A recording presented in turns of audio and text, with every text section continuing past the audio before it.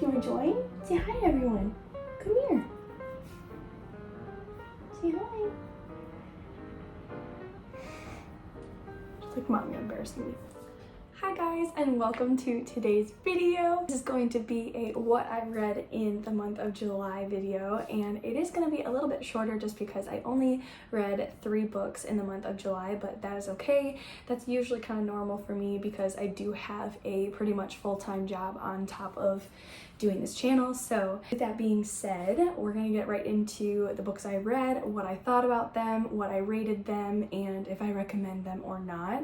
And yeah, I hope you guys enjoy today's video. And if you are new here, my name is Julia.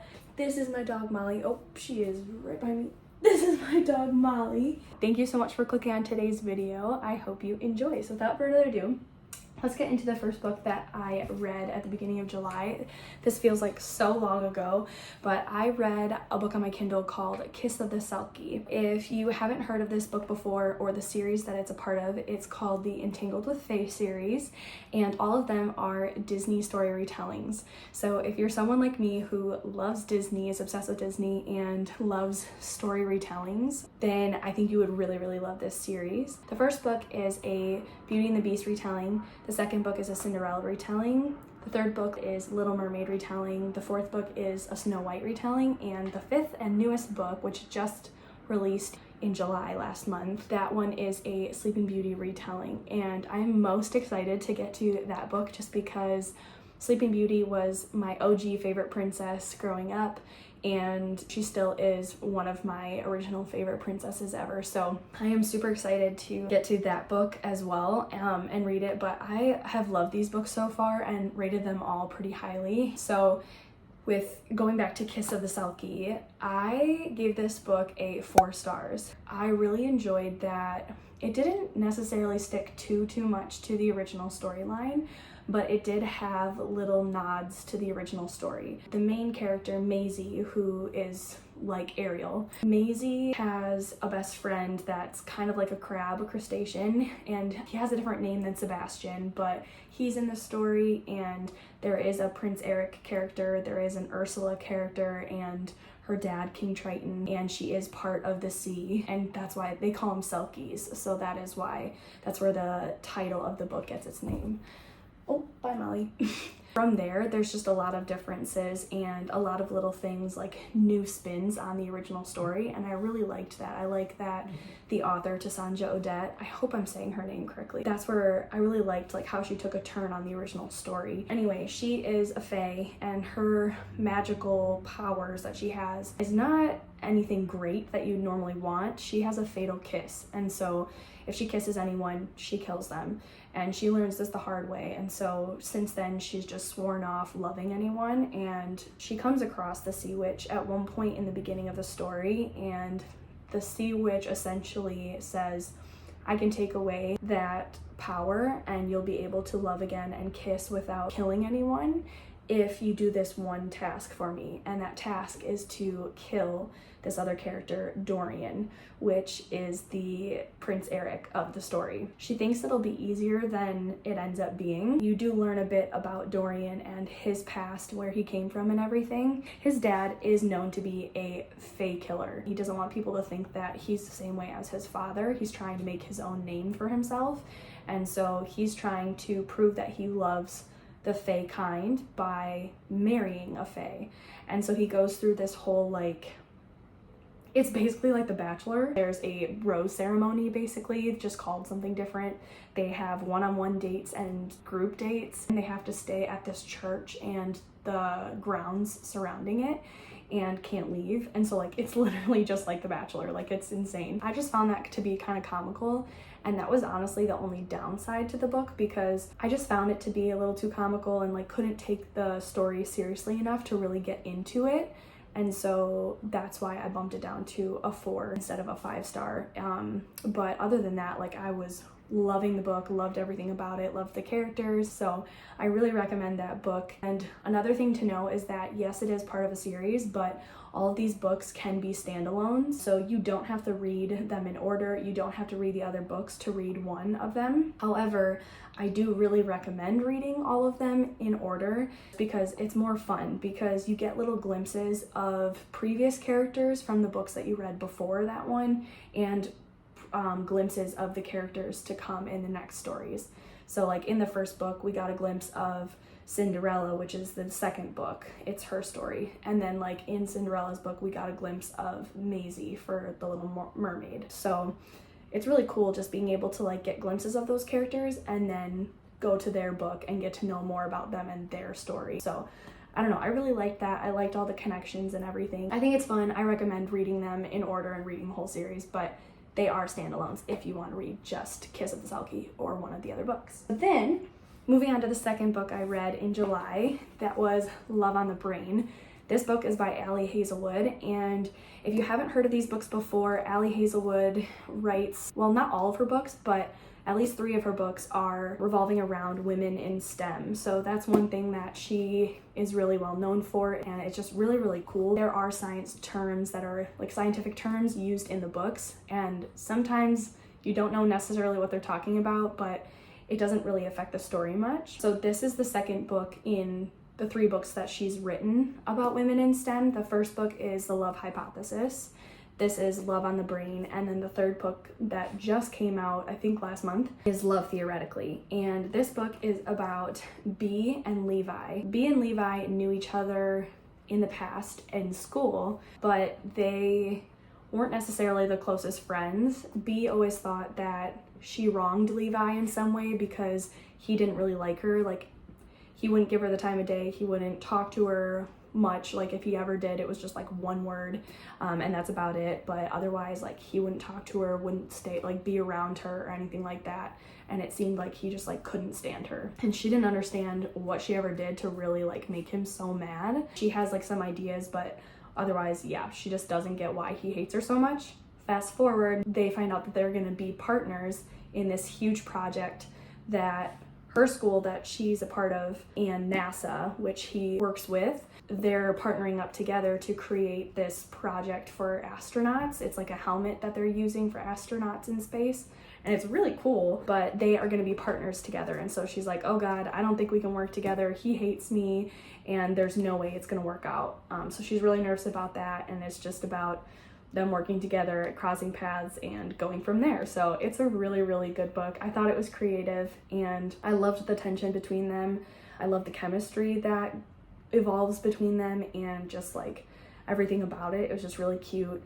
I loved Bee's character and Levi. Like, I don't know, I related to some of the things that Bee talks about and like her personality and stuff like that. But then there were also things about Levi that I also related to. So it was just like, it's a really cool book, really creative. It's not like your ordinary romance book that you read. Like it is, but there's differences in this one that just make it stand out a bit and make it a really good book. So I gave this book a 4.5 stars. I don't think I ever gave my rating at the beginning, but Love on the Brain, I gave 4.5 stars. Love this book. It didn't give me the 5-star feel, but I still absolutely loved it. I think the only thing that bothered me was that Bee, the main character, she focuses on this scientist. Her name's Marie Curie. She focuses on her a lot in this book, and it's kind of over talked about a little bit too much.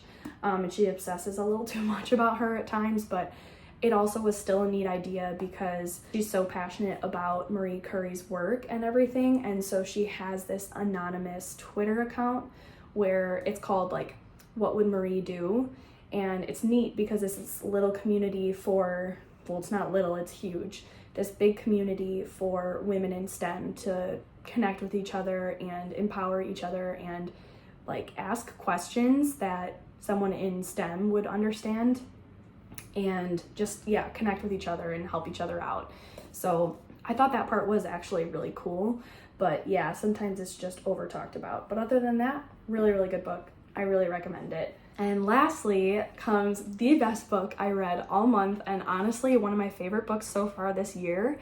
It was so good, and I finished this actually last night. So yes, I did technically finish it in August, but I read pretty much all of it. Like I mean like 95% of this book I read in July. So I still count it as a book read in July. But that is Divine Rivals. So if you have not heard of this book before, it is a really popular book right now going around. What are you eating? What are you eating? You swallowed it already. Was it a fuzz? Okay, back to the best book ever. So Divine Rivals is a really popular book going around right now. A lot of people are starting to talk about this book. It is on Kindle Unlimited. So if you've heard of Divine Rivals before and you want to give it a try and you have Kindle Unlimited, you can read it on there. Or what? Do you want up here? Me? You want to join? You want to give them your opinions? Give it up for Molly. She hates me. Okay. It's on Kindle Unlimited, or if you want to buy the physical copy or get it at your local library, please do that, because I rated this book a 6 stars. Honestly, 5 stars doesn't do it justice. It was such a good book.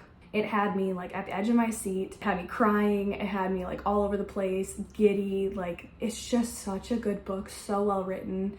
The way Rebecca Ross, the author, writes is just so beautiful. It's not lyrical, but at the same time it kind of is. It's just so beautifully written.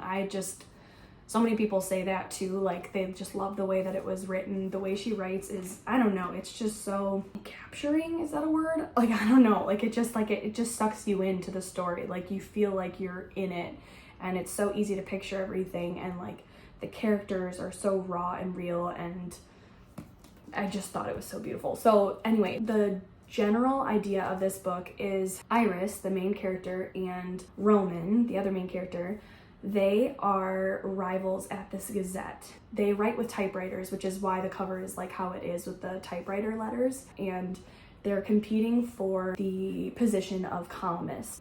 They are rivals competing for this position, and so that is one plot, but then you also get a fun little twist on the story. Their typewriters are magical, and so Iris, this typewriter was gifted by her grandma, and Roman's typewriter was also gifted by his grandma.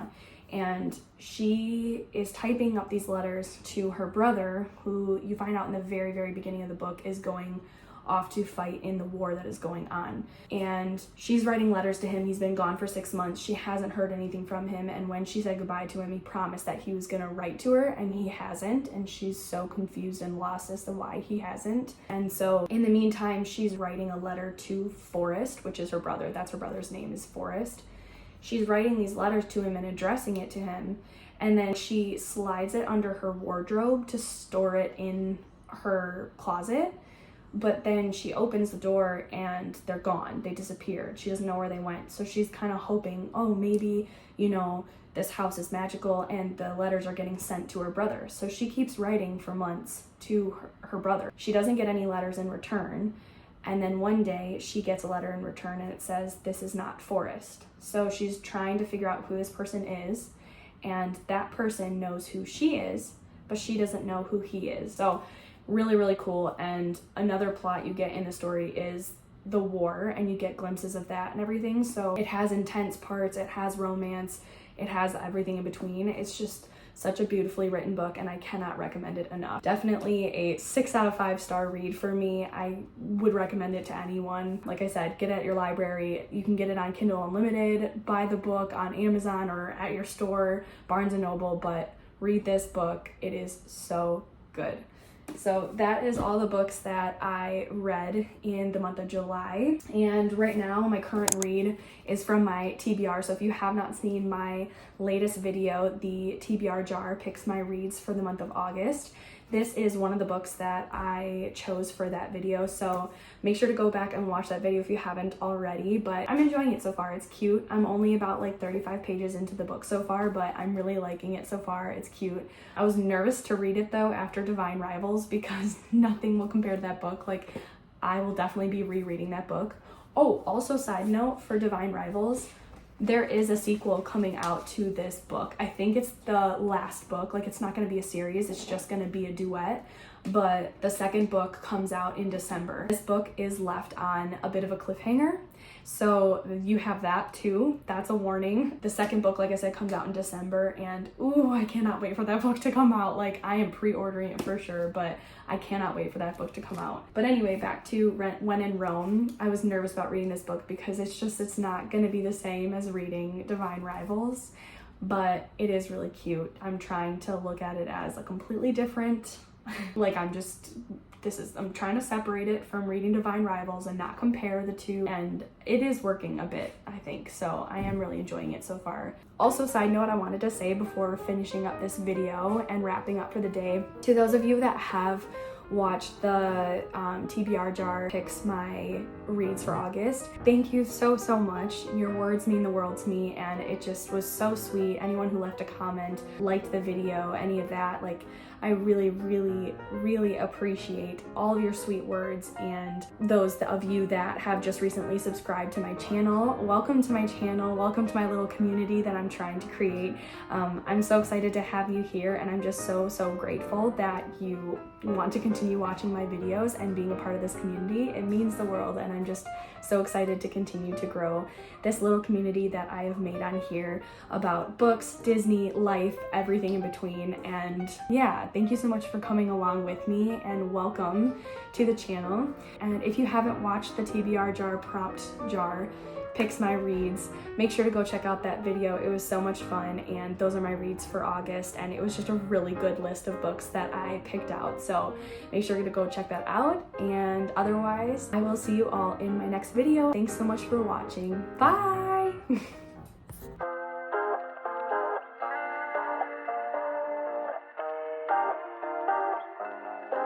Everything goes right.